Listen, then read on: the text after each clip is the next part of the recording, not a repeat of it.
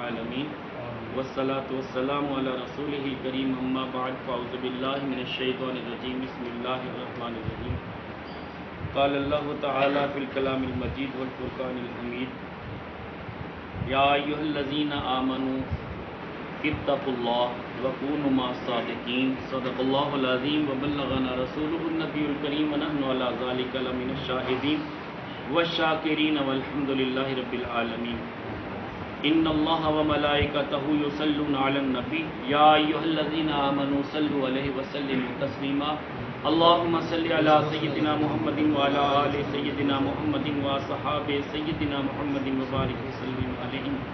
میرے نہایت ہی واجب الاحترام ذی قدر وذی محترم وذی محتشم بزرگ و دوستو، خالق کائنات جل وعلا نے ارشاد فرمایا یا ایھا الذین آمنوا، اے ایمان والو. یعنی سب سے پہلے تو آپ یہ بات یاد رکھیں کہ یہ خطاب عام لوگوں سے نہیں ہے. یا ایھا الذین آمنوا، اے ایمان والو، جو صاحب ایمان ہیں ان سے بات اللہ تعالیٰ فرما رہے ہیں. یہ نہیں کہ یا ایھا الناس نہیں کہا، یا ایھا الناس نہیں کہا، یعنی اے لوگوں نہیں کہا، بلکہ یہ فرمایا یا ایھا الذین آمنوا، اے ایمان والو، اتقوا اللہ، اللہ سے ڈرو. سیدھا سادہ ترجمہ اس کا یہی ہے کہ اللہ سے ڈرو، لیکن علماء حق نے اس کا ایک بہترین ترجمہ کیا. اتقوا اللہ کا مطلب کیا ہے؟ اللہ کا نور حاصل کر لو، اللہ کی معرفت حاصل کر لو، اللہ کی پہچان حاصل کر لو. یقیناً بندہ جس چیز سے ڈرتا ہے پہلے اس کو اچھی طرح جانچتا ہے، اس کا خیال ذہن میں لاتا ہے، پھر ہی ڈر لگتا ہے نا. سمجھانے کے لیے عرض کر رہا ہوں کہ ایک بندہ آپ کو کہے کہ یار شیر آنے والا ہے، تو آپ کے ذہن میں پہلے شیر کا ایک تصور ہوگا نا کہ شیر آئے گا تو شیر ایسے پھاڑ دیتا ہے، چیر دیتا ہے، کھا جاتا ہے بندے کو. کوئی کہتے سانپ نکلنے والا ہے، کوئی کہتے جن آنے والا ہے. جیسے اکثر بچوں کو ڈرا دیتے ہیں کہ جن آ گیا، ڈاکو آ گیا، پتہ نہیں کیا کیا. یہ تو وہ چیزیں جو عام طور پہ ہم عوام کے لیے بات کرتے ہیں، لیکن اللہ کریم جل وعلا تو وہ بے نیاز ذات ہے جو جس کا ذات باری تعالیٰ کا جو نام ہے نا اللہ، جب بندہ اللہ کہتا ہے تو ایک مٹھاس پیدا ہوتی ہے، ایک لطف پیدا ہوتا ہے. میرا وہ رب جو 70 ماؤں سے بڑھ کے پیار کرنے والا، اس ذات کی بات کر رہے ہیں. جب اللہ کی بات ہو رہی ہے تو اللہ وہ ہے. 60 برس کے گناہ بھی ہوں تو اللہ جل شانہ ایک لمحے میں نظر رحمت فرمائے تو معاف کر دے، ان کہہ دے تو معاف کر دے. وہ اتنی کیفیت والی ذات ہے، کرم بخشیوں والی ذات ہے.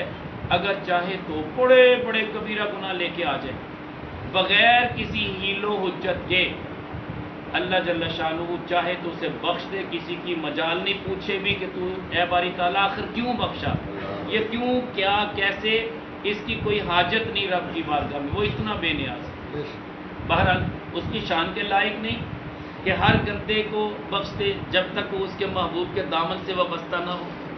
بخشتا تو ہے، اس میں شک نہیں، لیکن اس کو بخشتا ہے جو اس کے محبوب کے دامن سے لگ جاتا ہے. جو ایمان والا ہوتا ہے پھر اسے تقوی کا نور بھی اللہ عطا کرتا ہے. تو تقوی کا نور کیا ہے؟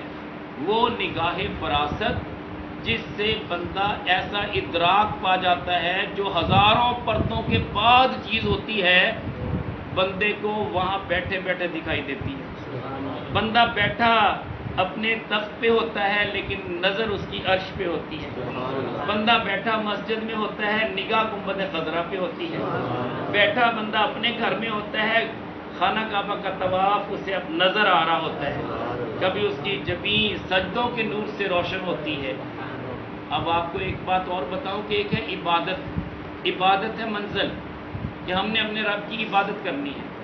گویا کہ اس منزل تک پہنچنے کا جو راستہ ہے، اس راستے پہ جانا کیسے، اسے تقویٰ کہتے ہیں. میں پھر اور آسان کر دوں کہ منزل یہ ہے کہ ہم نے مسجد نبوی میں جانا ہے، منزل یہ ہے کہ ہم نے حرم کعبہ میں جانا ہے. لیکن جانا کیسے؟ کیا حرام کھا کے جانا ہے؟ کیا ہم نے چوری کر کے جانا ہے؟ کیا ہم نے لوگوں کے پیسے بٹور کے جانا ہے؟ کیا ہم نے لوگوں کو دھوکہ دے کے جانا ہے؟ نہیں نہیں نہیں. ہمارے بابا جی نے تو بات ہی ختم کر دی. جب مجھے بابا جی نے فرمایا کہ بیٹا چھٹی کر لو، ہم نے عمرے پہ جانا ہے، میں نے کہا چلیں میں کل اپلیکیشن دے دوں گا. میں اپلیکیشن دینے کے لیے گیا، ڈپٹی نے کہا جی آپ تو ایجوکیٹر ہیں، جو بطور ایجوکیٹر بھرتی ہوتے ہیں ان کو چھٹی نہیں ملتی. آپ 1 یا 2 چھٹیاں کر سکتے ہیں, عمرے پہ آپ نہیں جا سکتے. ایجوکیٹرز کے لیے چھٹی کی منظوری نہیں ہوتی. میں نے کہا ود آؤٹ پے, یعنی میں تنخواہ نہیں لوں گا. کہنے لگے آپ تنخواہ بھلے نہ لیں لیکن چھٹی نہیں ہے. ایجوکیٹر کے لیے ایسا قانون نہیں ہے. خیر میں نے کہا کوئی اس کا راستہ نکالیں. ہمارے ڈپٹی ایجوکیشن کہنے لگے, بظاہر وہ اہل حدیث تھے, ڈپٹی عبد المتین صاحب نام ہے ان کا, آج کل بھی موجود ہے ماشاءاللہ, مجھ سے بڑا پیار کرتے ہیں. وہ اہل حدیث ہونے کے باوجود ان کا عقیدہ پیروں والا نہیں ہے, مگر وہ اتنی لجاجت کے ساتھ جب میں نے کہا نا, کہنے لگے چلے اس طرح کریں میڈیکل سرٹیفکیٹ بنا کے دے دیں. اور میں نے کہا وہ کیا ہوتا ہے؟ کہتے ہیں بیمار ہونے کا سرٹیفکیٹ. جب آپ وہ بنا کے دے دیں گے, کاغذی کارروائی ہم وہ رکھ دیں گے, آپ عمرہ کر کے آ جانا, کسی کو بتانے کی حاجت نہیں. ہم کہیں گے یہ بندہ بیمار ہے. میں نے بھی تھوڑا سا اس بات کو مان لیا. میں نے کہا بات تو اچھی ہے, مسئلہ حل ہوتا ہے. عمرے پہ جانا ہے, مدینے جانے کا جس کو بلاوا آ جائے وہ بڑا کچھ کر جاتا ہے. لیکن میرے بھی دل میں یہ خیال آیا, میں نے کہا چلیں یہ بھی کر لیتے, کوئی مشکل نہیں. اللہ جنت نصیب کرے. ڈاکٹر مقصود احمد بیٹو صاحب کو, جو ہمارے فیملی فزیشین تھے, میرے بابا جی کے ڈاکٹر تھے, ان کو چیک اپ کے لیے آیا کرتے تھے. میں نے ان سے بات کی, کہنے لگے میڈیکل سرٹیفکیٹ کی کیا بات ہے, کل آ جانا, میں ایم ایس کو کہہ دوں گا کہ جینوئن مسئلہ ہے, عارضی طور پہ یہ سارا بننا ہے, کاغذی کارروائی یہ بنا دیں, اس نے مدینے جانا ہے. اچھا میں تیار ہو گیا. میں جب آیا تو بابا جی اسی جگہ پہ باہر جو جہاں 4 پہیاں پڑی ہوتی ہیں یہاں بیٹھے. مجھے دیکھتے, آپ پڑھ رہے تھے کچھ تفسیر وغیرہ, مجھے دیکھتے کہتے بیٹا چھٹی مل گئی. میں نے کہا چھٹی نہیں ملی, کل انشاءاللہ میڈیکل سرٹیفکیٹ بن جائے گا تو چھٹی مل جائے گی. کہنے کہ وہ کیا ہوتا ہے؟ میں نے کہا وہ کاغذی کارروائی ہے, بندہ شو ہو جاتا ہے کہ میں بیمار ہوں. کہنے لگے اچھا اس کا مطلب ہے کہ مدینے جانا جھوٹ بول کے جانا, پھر ہم تمہیں نہیں لے کے جائیں گے. اگر مدینے جھوٹ بول کے جانا بیٹا, جانے کا فائدہ ہی نہیں ہے, کوئی ضرورت نہیں ہمیں مدینے لے کے جانے کی. اس لیے آپ اگر جھوٹ بول کے جائیں گے, آقا کریم علیہ السلام کو کیا منہ دکھائیں گے؟ یہ تربیت کا وہ انداز ہے جو حضور غوث پاک رحمۃ اللہ علیہ کی ماں نے ان کو دیا تھا. فرمایا تھا بیٹا جھوٹ نہیں بولنا. اور بیٹا جب جاتا ہے, ڈاکو آ جاتے ہیں, ایک ایک کی تلاشی لیتے ہیں, ان کی بھی تلاشی لیتے ہیں, کچھ نہیں نکلتا. تو پوچھتے بیٹا کچھ ہے تیرے پاس؟ کہتے ہیں ہاں میرے پاس دینار ہے. جیب میں دونوں تینوں تلاش کی, کچھ نہیں نکلا. وہ تو دوبارہ تلاشی لیتے لیتے آتے ہیں, پھر بھی پوچھا, کہنے لگے ہاں میرے پاس دینار ہے. جیب میں تلاش کی, کہنے لگے جھوٹ بولتا ہے. کہنے لگے نہیں اللہ کی قسم میں نے کبھی جھوٹ نہیں بولا, میری ماں نے کہا تھا جھوٹ نہیں بولنا. اب حضور غوث پاک رحمۃ اللہ علیہ ڈاکوؤں کے سردار کے پاس لائے جاتے. وہ پوچھتا ہے کہ بچے تو نے جھوٹ بولنا ہے؟ کہنے لگے نہیں میں نے جھوٹ نہیں بولا. 40 دینار سونے کے سکے میرے قمیض کے اندر سلائی کر دیے ہیں. تو جب دیکھا گیا تو موجود تھے. آپ فرماتے ہیں وہ اس وقت تو ڈاکوؤں کے سردار تھے نا, لیکن بعد میں مسلمان ہوئے, تائب ہوئے.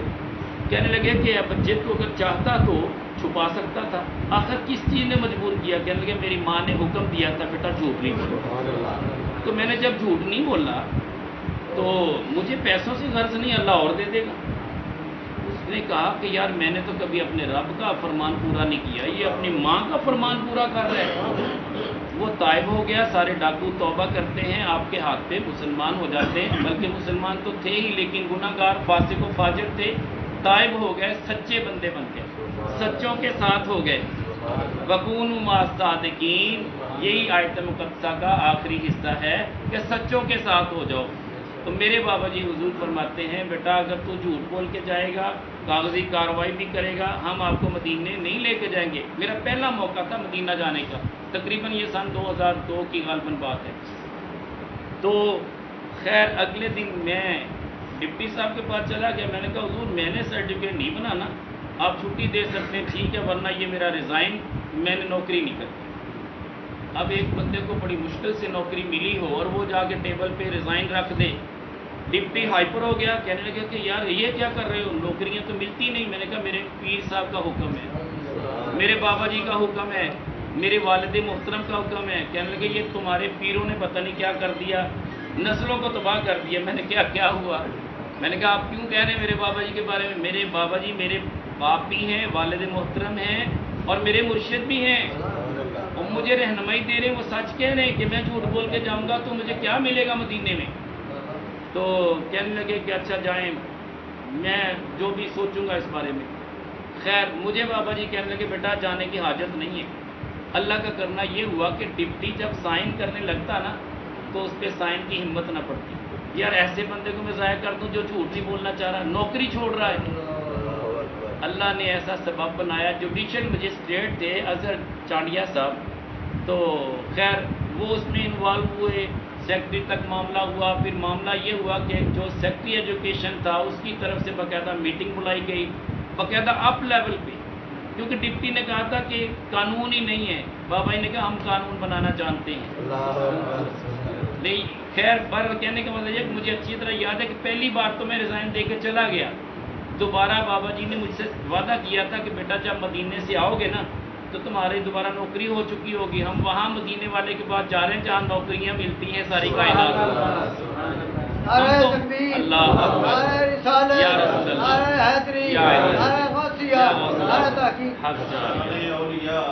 زندہ باد ماشاء اللہ. تو بابا جی کہنے لگے بیٹا وہاں سے خالی آنا ہے، اس نوکری کو چھوڑ دو اور مل جائے گی. خیر یہ چھوڑ چھاڑ کے چلے گئے. ابھی عمرے پہ تھے، ادھر میں اپلائی کر گیا تھا تو پیچھے سے ڈپٹی صاحب کی کال آئی کہ آپ کی نوکری ہو چکی ہے، اب بتائیں جوائن کریں گے آ کے. میں نے کہا کروں گا لیکن میں ابھی 6 دن لیٹ ہوں. کہنے لگے کوئی بات نہیں، 6 مہینے بھی بیٹھے رہے مدینے میں آپ کی نوکری ختم نہیں ہوگی. تو جب میں واپس آیا میں نے 1.5 سال پھر نوکری کی. تو اس طرح یہ نوکری کرنے کے بعد بابا جی کو پھر دوبارہ مسئلہ بنا. بابا جی کو فالج ہو گیا. جب فالج ہوا تو بابا جی کہنے لگے بیٹا چھٹی کر لو، عارضی چھٹی لے لو. میں نے 1 مہینے کی درخواست دی، پہلے نوکری چھوڑ کے گیا تھا، اب یہاں پہ دوبارہ درخواست. ڈپٹی صاحب کہنے لگے مجھے یار سمجھ نہیں آتی تو کیسا بندہ ہے. پھر چھٹی کے لیے اپلائی، جب چھٹی ہے ہی نہیں ایجوکیٹرز میں، پہلے جب تو نوکری چھوڑ کے گیا اب بھی نوکری چھوڑ. میں نے کہا میں چھوڑ دیتا ہوں، میرے بابا جی بیمار ہیں، میں ان کے لیے چھٹی لے رہا ہوں. کہنے لگے نہیں یار یہ پیروں نے کام خراب کیا ہوا ہے. بہت کچھ باتیں کی. اینڈ یہ کہ اللہ نے سبب بنایا، اسی ڈپٹی صاحب کو سارا کام کرنا پڑا، سیکٹری سے منظوری لینی پڑی، قانون پاس کروانا پڑا، یہاں تک کہ انہوں نے میری خاطر اتنی پین لی کہ میری چھٹی کی منظوری نہیں دی. تو 1 مہینہ میں گھر میں رہا، بابا جی کی خدمت میں معمور رہا، آنے جانے والوں کو چائے پلاتا، خدمت کرتا، ڈیل کرتا، بابا جی کو دیکھتا. 1 مہینے کے بعد جب میں نے جانا تھا میں نے کہا کل سے میں نے دوبارہ جانا ہے. کہنے لگے بیٹا اب کیا کرنا ہے. میں نے کہا دیکھیے اب تو ماشاءاللہ چھٹی بھی ہو گئی، چھٹی کی منظوری بھی ہو گئی، قانون بھی بن گیا کہ ہر ایجوکیٹر چھٹی لے سکتا ہے. تو اب آپ پریشان نہ کریں سب کو. کہنے لگے نہیں بیٹا بس ہم نے قانون بنانا تھا بنا دیا، اب سب کے لیے آسانیاں ہو گئیں، اب ہم نے نوکری نہیں کرنی. ڈپٹی ایجوکیشن بھی چل کے آئے اور جو ایجوکیشن آفیسر تھے خادم حسین صاحب، حالانکہ وہ دیوبندی تھے لیکن وہ بھی چل کے آئے. بابا جی سے کہنے لگے کہ ایسے بچے کی تو ہمیں ضرورت ہے، اس بچے کو آپ کہیں کہ یہ صرف 2 گھنٹے پڑھا دیا کرے تو یہ ساتھ ہی تو دانے وال ہے، پڑھانے کے بعد آپ کی خدمت میں لگا رہے. ڈپٹی صاحب کہنے لگے میں یہ سمجھوں گا کہ میرے بھی تو باپ ہے نا، آپ باپ کی طرح آپ کی خدمت میں لگا ہوا، کوئی بات نہیں، ٹیچر اور بھی تو چھٹیاں کر ہی لیتے ہیں، یہ صرف 2 گھنٹے ہمیں دے دے. بابا جی کہنے لگے 2 گھنٹے یہ پڑھانے جائے تو 5 گھنٹے کی تنخواہ لے تو کیا اس کے لیے یہ حلال ہے. اب ڈپٹی بھی چپ، اور جو ایجوکیشن آفیسر تھے خاتم حسین دانیوال کے رہنے والے تھے وہ بھی خاموش. کہنے لگے آپ دیکھیں آپ سمجھدار ہیں، ہمارا بیٹا 2 گھنٹے پڑھائے 5 گھنٹے کی تنخواہ لے، یہ تو اس کے لیے حرام ہے، تو ہم حرام کیوں کھلائیں اس کو. ہم نے تو اس سے دین کا کام لینا ہے، اگر اس کی گھٹی میں حرام فٹ ہو گیا یہ دین کا خاک کام کرے گا. یہ میرے بابا جی کے وہ لفظ ہیں جو سنہری کلموں سے بھی لکھے جائیں تو اس کا حق ادا نہیں ہوتا. تو اللہ کا شکر ہے الحمدللہ، لوگ آج بھی پتہ نہیں کیسی کیسی چیزیں گوئیاں کرتے ہیں. اللہ کا شکر ہے میرے پاس درس کی امانتیں بھی آتی ہیں، مسجد کے حوالے سے پیسے بھی آتے ہیں، عمرے کے حوالے سے بھی آتے ہیں، لیکن اللہ کا شکر ہے کبھی اس حوالے سے میں نے کبھی بھی رد و بدل نہیں کیا. عارضی طور پہ کچھ ضرورت ہے قرض لیا واپس رکھ دیا، ٹھیک ہے، یہ میرا ایک مزاج ہے. لیکن لوگ جو قریب ہیں نا صرف پتہ ان کو ہے، جو دور سے ہوتے ہیں یار فلاں پیسے آئے تھے وہ کدھر گئے، فلاں آئے تھے، بھائی مجھ سے پوچھو تو صحیح میں آپ کو بتاؤں کہاں گئے، یا تو پوچھ لو یا پھر چین گوئیاں نہ کرو. ایسے ہوتا ہے نا. آج جیسے ابھی ترغیب دلانا مقصود تھی، میں نے پھر بھی اس کو بر وقت کور کیا تاکہ کسی کے ذہن میں یہ نہ آئے کہ یہ پیسے اب نمازیوں سے بھی مانگنا شروع ہو گیا۔ اللہ کا دیا ہوا سب کچھ ہے، ماشاءاللہ ایسے ایسے لوگ ہیں جو لاکھوں روپے دینے کے لیے تیار ہیں، اور ماشاءاللہ ہمارے بہت سارے ایسے بندے شامل ہیں جو کام کر رہے ہیں، اللہ کا شکر ہے۔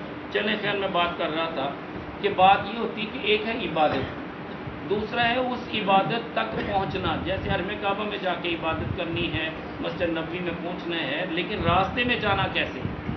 اپنے آپ کو ایسے آراستہ کر کے جانا ہے کہ اللہ کے پیارے نبی صلی اللہ علیہ وسلم کی بارگاہ میں بھی جانا ہے اور جا کے اعتراف بھی کرنا ہے۔ ہم تو پچھلے بخشوانے کے لیے جاتے ہیں، جے جائے کہ اور لے کے آ جائیں، جا کے عرض کرنی دست بستک سونے تھوڑی بارگاہ آ گئے ہیں اور سارے لیے ہاتھ اٹھا دے ہوتے اپنے رب کو سانو معافی لے دی، بس معافی منگن واسطے جانا، خانہ کعبہ جانا تو تاں بھی معافی منگن واسطے جانا۔ اس واسطے بابا جی دے یہ فرامین سارے واسطے مشعل راہ۔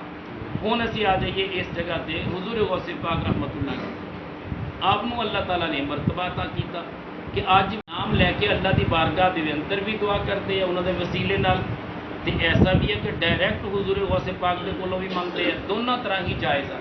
مسئلہ یاد رکھنا، اسی کہنے یا حضرت شیخ سید عبد القادر جیلانی شین للہ، اے شیخ سید عبد القادر جیلانی اللہ کے لیے ہمیں دو۔ جڑا بندہ صاحب اختیار ہوتا وہ کو منگیا جا سکتا۔ ابا جی دے کول اگر 10 روپے ہے تو اسی 10 منگ سکاں گے نا، اگر 10 لاکھ ہے گا تو اسی 10 لاکھ بھی منگ سکاں گے۔ جی پتہ چلے ابا جی کو 10 روپے بھی نہیں ہے اسی منگیے بھی تو بیچارہ کتوں دے گا؟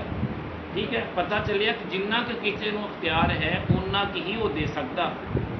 اسی اگر حضور غوث پاک رحمت اللہ علیہ دی بارگاہ کہنے ہیں تو نیت کیا کہ محض وہ اللہ دے بندے آ، لیکن اللہ دے ایڈے مقبول بندے آ کہ اللہ دی بارگاہ ایک باری ہاتھ اٹھا دین اللہ انہوں دی موڑدا نہیں، وہ ایسی ہستی آ تے لہٰذا حضور غوث پاک رحمت اللہ علیہ دی بارگاہ اسی منگنے کہ حضور سانو اللہ دے واسطے دیو، یعنی اللہ کے لیے دو، اللہ کے واسطے دو، اللہ کے راستے پر دو۔ اب جتنے فقیر ہیں یہی مانگتے ہیں کہ یار اللہ کے لیے کچھ دے دو، اللہ کے واسطے کچھ دے دو۔ ہمیں اگر کوئی کچھ نہیں دیتا تو ہم کیا کہتے ہیں؟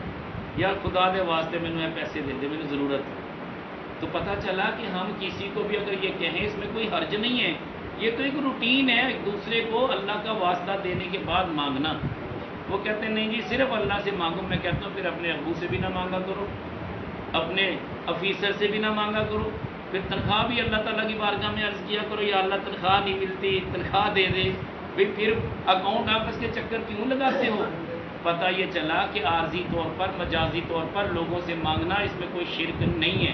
ایک تو یہ بات ذہن میں رکھیں، دوسرا یہ کہ اللہ جل شانہ نے اپنے اولیاء کو کرامتوں کا نور عطا کیا ہوتا ہے۔ وہ کرامت جہاں عقل دنگ رہ جائے، عقل کام نہ کرے، ایسی چیزیں جو مانوی ہوتی ہیں جو ہماری آنکھوں کے سامنے نہیں ہوتی مگر اللہ والوں کی آنکھوں کے سامنے ہوتی ہیں، وہ ایک ایسا نور ہوتا ہے، تقویٰ کا نور ہوتا ہے جس کی روشنی میں وہ دیکھتے ہیں۔ بالکل ایسے ہی جیسے آصف بن برقیہ بیٹھے ہیں، حضرت سلیمان علیہ السلام کہتے ہیں کہ آصف بن برقیہ کو کہ وہ تخت کتنی دیر میں لاؤ گے؟ کہنے لگے کہ پلک جھپکنے سے پہلے، یعنی حضور آپ آنکھ بند کریں اور کھولیں تخت موجود، 1500 میل کا فاصلہ۔ گویا کہ آصف بن برقیہ اس تخت کو دیکھ بھی رہا تھا، فاصلہ بھی اس کے ذہن میں تھا، ادھر ارادہ کیا ادھر اللہ نے پورا کر دیا۔ یہ تو آصف بن برقیہ کی طاقت تھی جو اس امت کا ولی تھا۔ اگر حضرت سلیمان علیہ السلام کی طاقت کا اندازہ کرنا ہے تو اندازہ اس بات سے لگا لیجئے پوری کائنات پہ آپ کو اللہ نے شہنشاہیت عطا کی تھی۔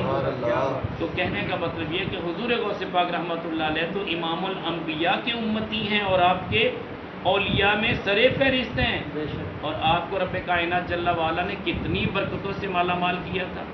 آپ اللہ کے ہاں اتنے مقبول جس بات کا اندازہ آپ کو کروا دوں، آپ اپنے پیر صاحب کے ساتھ جا رہے ہیں، شیخ حماد، ان کو شیرہ فروش بھی کہا کرتے تھے، شیخ حماد بڑا نام ہے ان کا، آپ کے استاد محترم ہیں، وہ تربیت دینے والے ہیں۔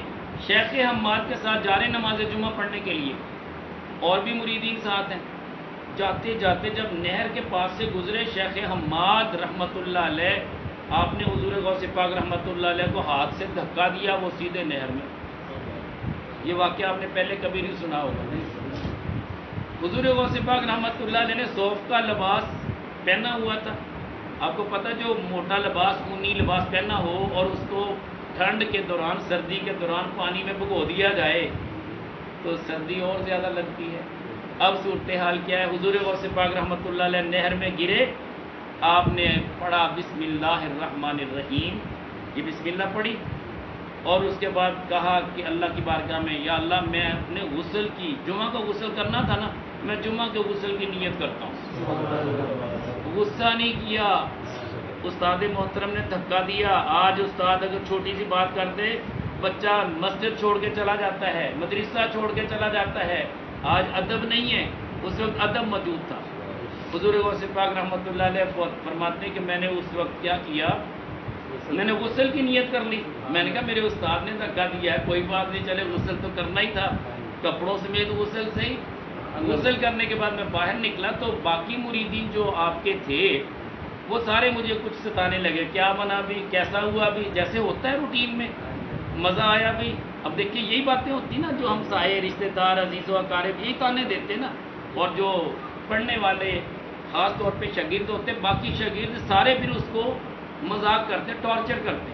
شیخ حماد کہتے سنو بھائی، آپ انہیں کچھ نہ کہو، یہ تو میرا وہ مرید ہے جس کو میں نے چیک کیا تھا، امتحان لے کے دیکھا کہ کیا اس قابل ہو چکا ہے کہ یہ صبر و رضا کا پیکر بن گیا یا نہیں بنا۔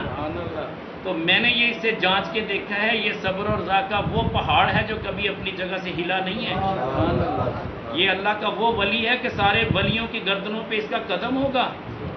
اللہ کا کرنا یہ ہوا، شیخ حماد کا انتقال ہو گیا۔ اب شیخ حماد کا انتقال ہوا، حضور غوث پاک رحمۃ اللہ علیہ ایک دن اپنے مریدین سے کہتے ہیں کہ آؤ یار پیر صاحب کی مزار پہ حاضری کے لیے چلتے ہیں۔ شنیزیہ کا قبرستان بغداد شریف میں وہاں قریب ہی موجود ہے۔ اب وہاں چلے گئے، مریدین بھی ساتھ ہیں، وہاں گئے، کھڑے ہیں، اب ہاتھ باندھ کے کھڑے۔ اب مزار شریف پہ مراقبے میں، آپ مراقبے میں ہیں، اندر کی باتیں سن رہے ہیں، دیکھ رہے ہیں، باتیں کر رہے ہیں۔ جب تک روح کے ساتھ روح ملتی نہیں ہے اندر سے بندہ بات نہیں کر سکتا۔ اس عالم سے یعنی اس عالم سے دوسرے عالم میں جانا، یعنی اس جہاں سے دوسرے جہاں میں جانا، یہ ہر بندے کے بس کا کام نہیں ہے۔ اگر یہ کوئی ایسا کام کر سکتا تو اللہ کا ولی کر سکتا ہے، اس لیے کہ اسے نگاہ فراست میسر آ چکی ہوتی، پردے چھٹ چکے ہوتے ہیں۔ اللہ جس کے لیے چاہے پردے دور کر دے، جیسے حضرت عمر بن خطاب کے لیے پردے دور کیے تھے، اور یا ساریہ الی الجبل کہا تھا، حضرت ساریہ کو فتح نصیب ہوئی تھی، اور حضرت ابو بکر صدیق رضی اللہ تعالیٰ عنہ وراثت کے حوالے سے بات کر رہے تھے، بیٹی کو کہہ رہے تھے کہ ایسے ایسے حصہ بانٹ لینا۔ کہنے لگے کہ حضور ہماری اور بہن کون سی؟ میں کہ اپنی بہنوں میں اس طرح کہنے لگے، اور میری بہن کون سی؟ کہنے لگے وہ بنت خارجہ جو آپ کی امی جان ہے اس کے پیٹ میں ہے، وہ بیٹی ہے۔ حضور حضرت ابو بکر صدیق رضی اللہ تعالیٰ عنہ دیکھ رہے ہیں کہ ماں کے پیٹ میں یعنی اپنی اہلیہ کے پیٹ میں ہے کیا؟ بی بی عائشہ کی رضی اللہ تعالیٰ عنہ کی والدہ کے پیٹ میں کیا ہے؟ بیٹی ہے۔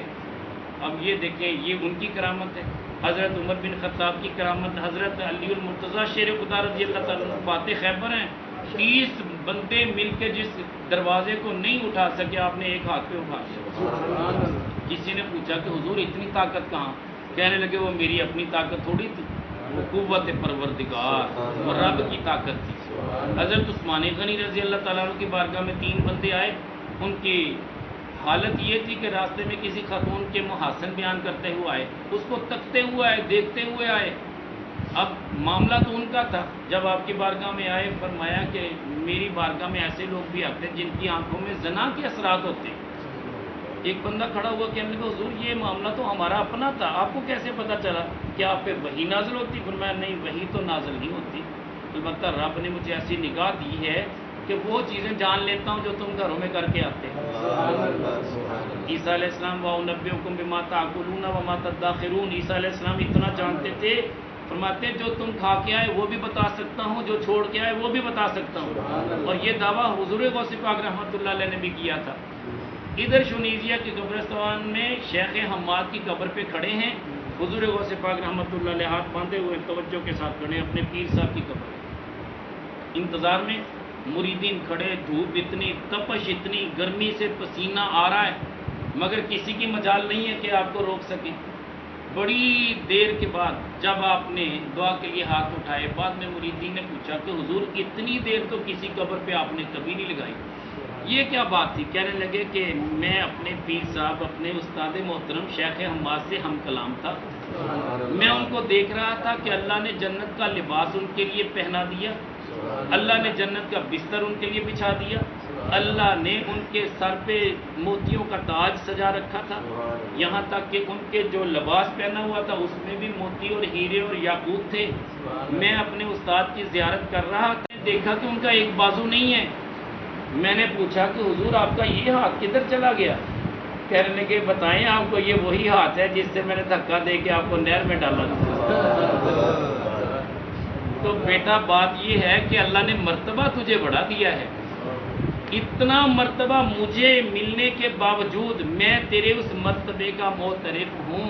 یہ ہیں حضور غوث پاک رحمۃ اللہ علیہ۔ اور وہ عرض کرتے ہیں کہ آپ کتنے مرتبے پہ فائز ہیں، جب میری سفارش کریں گے اللہ مجھے دوسرا ہاتھ بھی دے دے گا۔ حضور غوث پاک رحمۃ اللہ علیہ فرماتے ہیں میں اتنی دیر اس لیے مراقب رہا کہ میں نے اپنے رب کی بارگاہ میں عرض کی مالک میرا استاد تو ہے نا، میری لاج رکھ لے۔ اس نے بڑے مان سے کہا ہے کہ اے بیٹے تو اگر کہہ دے گا تو اللہ مجھے میرا ہاتھ واپس کر دے گا۔ امام الاولیاء کتاب کا نام ہے، دعوت اسلامی نے پرنٹ کی ہے، اس میں یہ واقعہ موجود ہے۔ تو بہرحال پھر کیا ہوا؟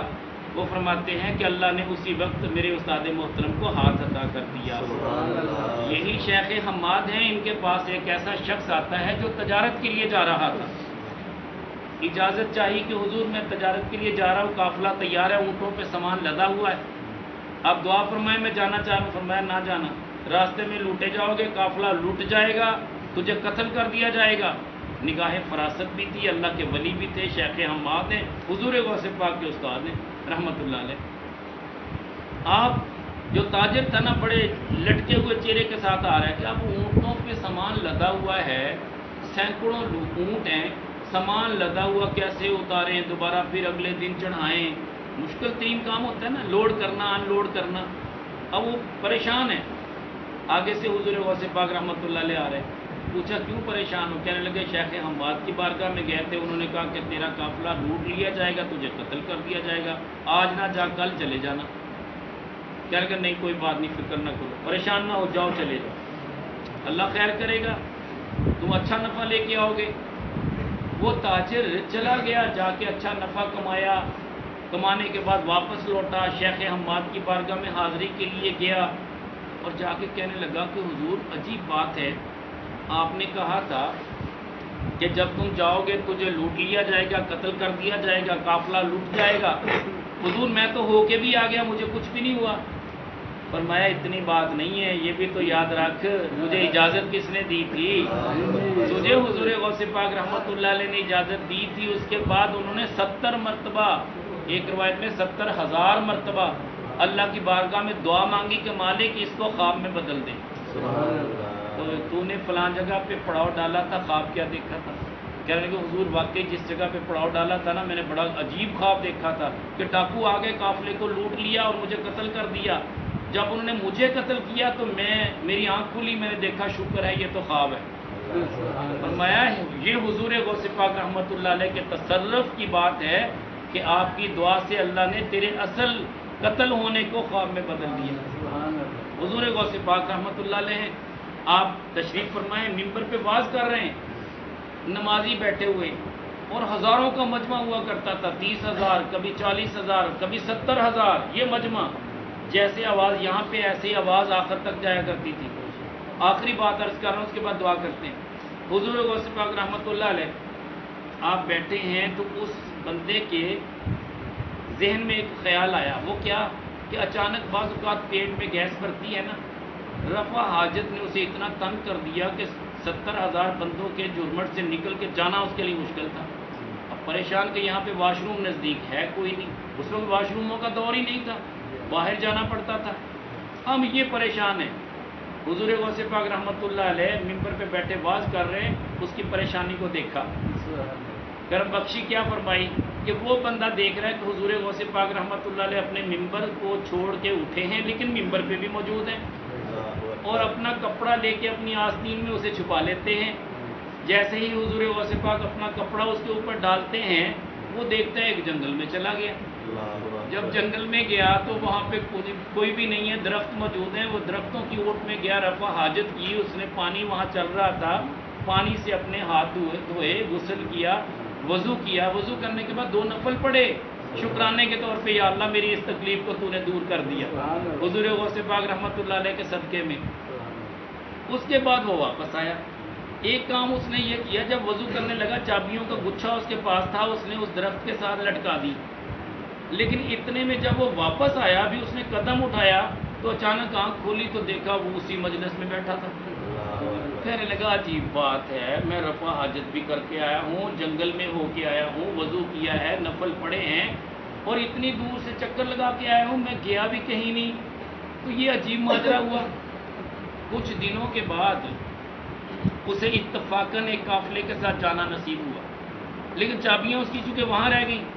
اب وہ چابیوں کی ضرورت پڑی. چابیاں کہنے لگے وہ تو میں نے اس درخت پہ لٹکائی تھی. اب وہ درخت کہاں تھا, جنگل کہاں تھا, وضو میں نے کہاں کیا تھا, یہ کہاں کی بات ہے, اللہ جانے کہاں کی بات ہے. خیر اس نے کہا کہ چلیں جیسے تیسے ہے, گزارا کرتے ہیں. اتنے میں اسے جانا پڑا ایک قافلے کے ساتھ.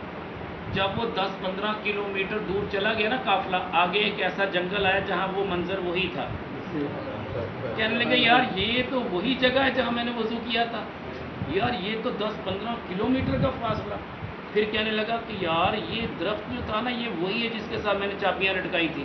جب قریب گیا تو چابیاں اسی طرح لٹکی ہوئی.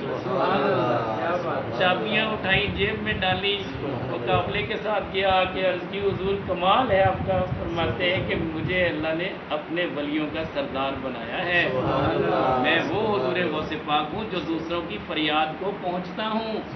غوث کہتے ہیں اس کو جو فریاد رس ہوتا ہے, یہ اللہ نے اپنی اس صفت سے ان کو متصف کیا تھا. حضرت علی بن حیتی جو آپ کے خاص مرید تھے, وہ تشریف فرمائے, جمعے کا خطبہ ہو رہا ہے, آپ ممبر پہ ہیں, ادھر ان پہ اونگ طاری ہوتی, سامنے بیٹھے, اور سینکڑوں نہیں ہزاروں کا مجمع ہے. حضور غوث پاک رحمۃ اللہ علیہ خطبہ چھوڑ دیتے. اچانک لوگ دیکھتے ہیں کہ آپ ممبر سے اترے, اس کے سامنے ایسے ہاتھ باندھ کے کھڑے ہو گئے.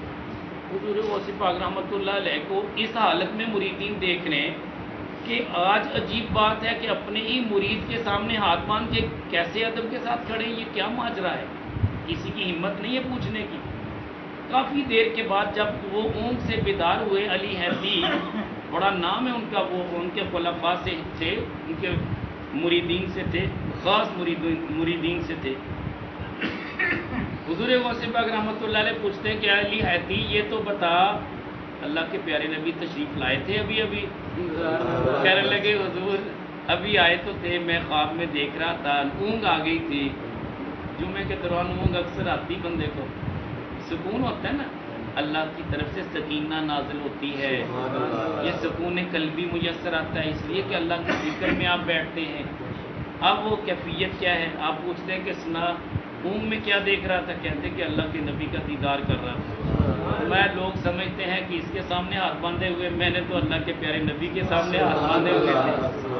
ہمارے حضور غوث پاک رحمۃ اللہ علیہ یہ شانیں رکھتے ہیں. اب وقت ملحوظ خاطر رکھتے ہوئے اسی پہ اکتفا کرتے ہیں. اگر کسی کا کوئی سوال ہو تو وہ کر سکتا ہے, سوال کر لیں, اس کے بعد دعا مانگیں. کوئی سوال؟ ٹھیک ہے. جی جی جب عبادت کرنے لگتے ہیں تھوڑا تو نیند کا طلبہ ہو جاتا ہے, اسی کشمکش میں پھر لگا رہتا ہے, 2-3 نفل پڑھتا ہے, پھر آنکھ بند ہو جاتی ہے, پڑا جاتی ہے, پھر پتہ نہیں چلتا کہاں سے پڑھ رہا. اس کی طرح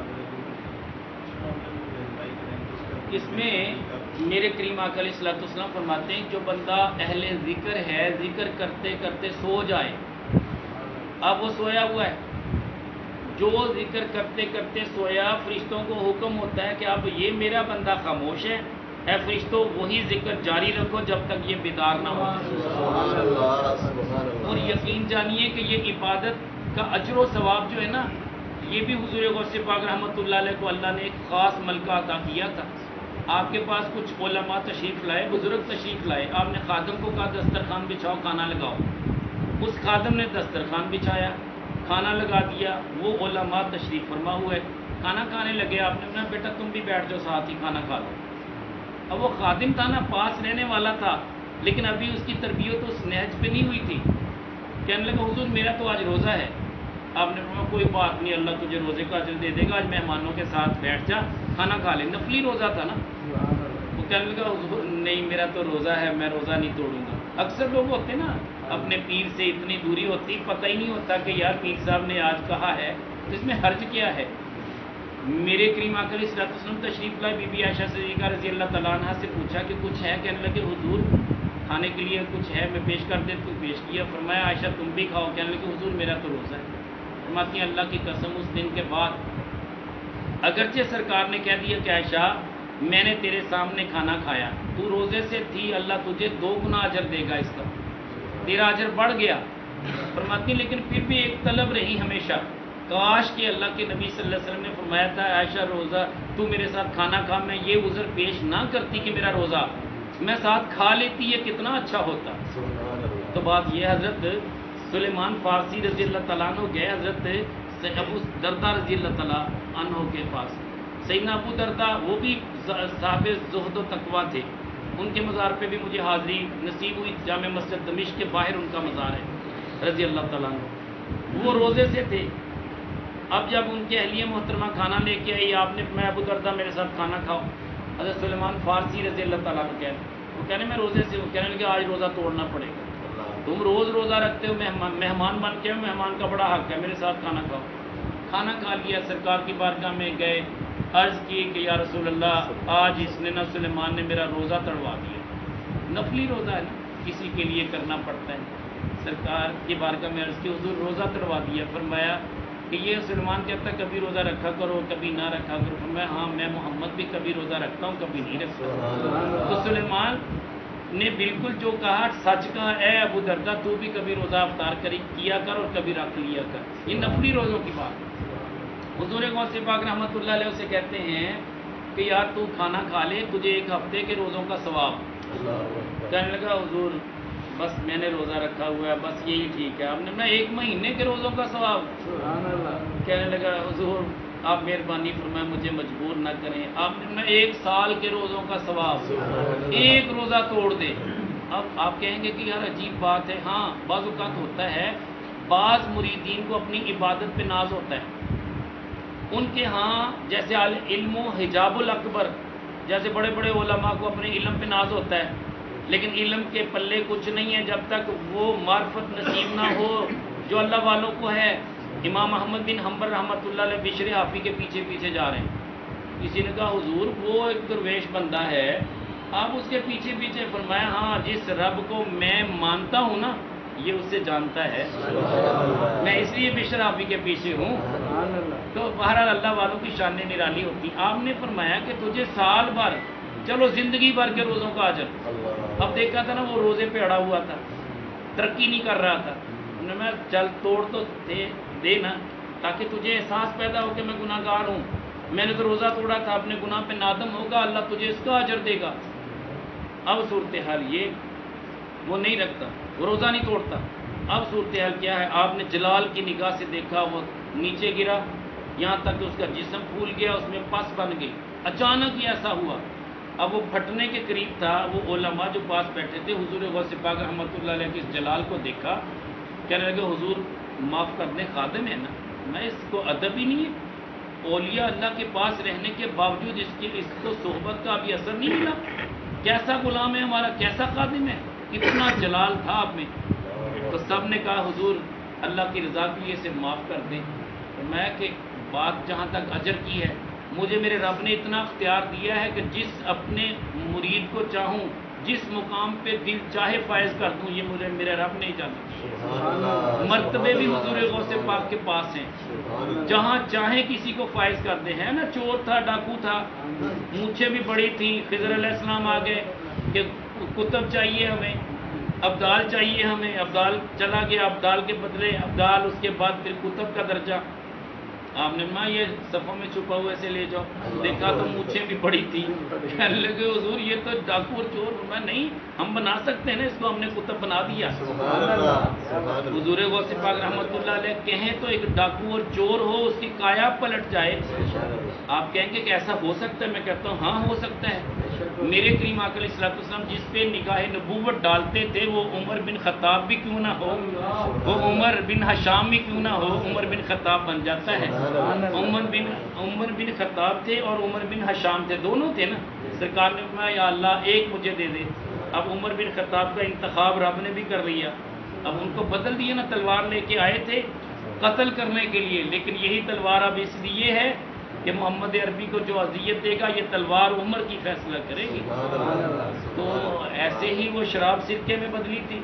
خالد بن ولید رضی اللہ تعالیٰ عنہ کے ساتھی بھی شراب پی رہے تھے. آپ نے اللہ کی بارگاہ میں دعا کی، مالک اب لوگوں میں چیب گوئیاں شروع ہو گئی ہیں کہ آپ کے دوست شراب پی رہے ہیں، مالک اسے سرکے میں بدل دے. بس یہ کہنا تھا، شراب سرکے میں بدل دی. تو یہ ماہیت بھی چینج ہو جاتی ہے اللہ کے ولی اگر چاہتے ہیں. تو بہرحال کہنے کا مطلب یہ حضور غوث پاک رحمۃ اللہ علیہ کو اللہ نے بڑا مرتبہ دیا. تو بہرحال یہ چینجنگ کرنا، یہ تبدیلیاں کرنا یہ ان کے اختیار میں ہے. اللہ نے ان کو یہ شانیں عطا کی ہیں. اللہ جل شانہ ہمیں ان کے نقش قدم پہ چلنے کی توفیق دے. اسی پہ اکتفا کرتے ہیں، دعا کرتے ہیں. اللہ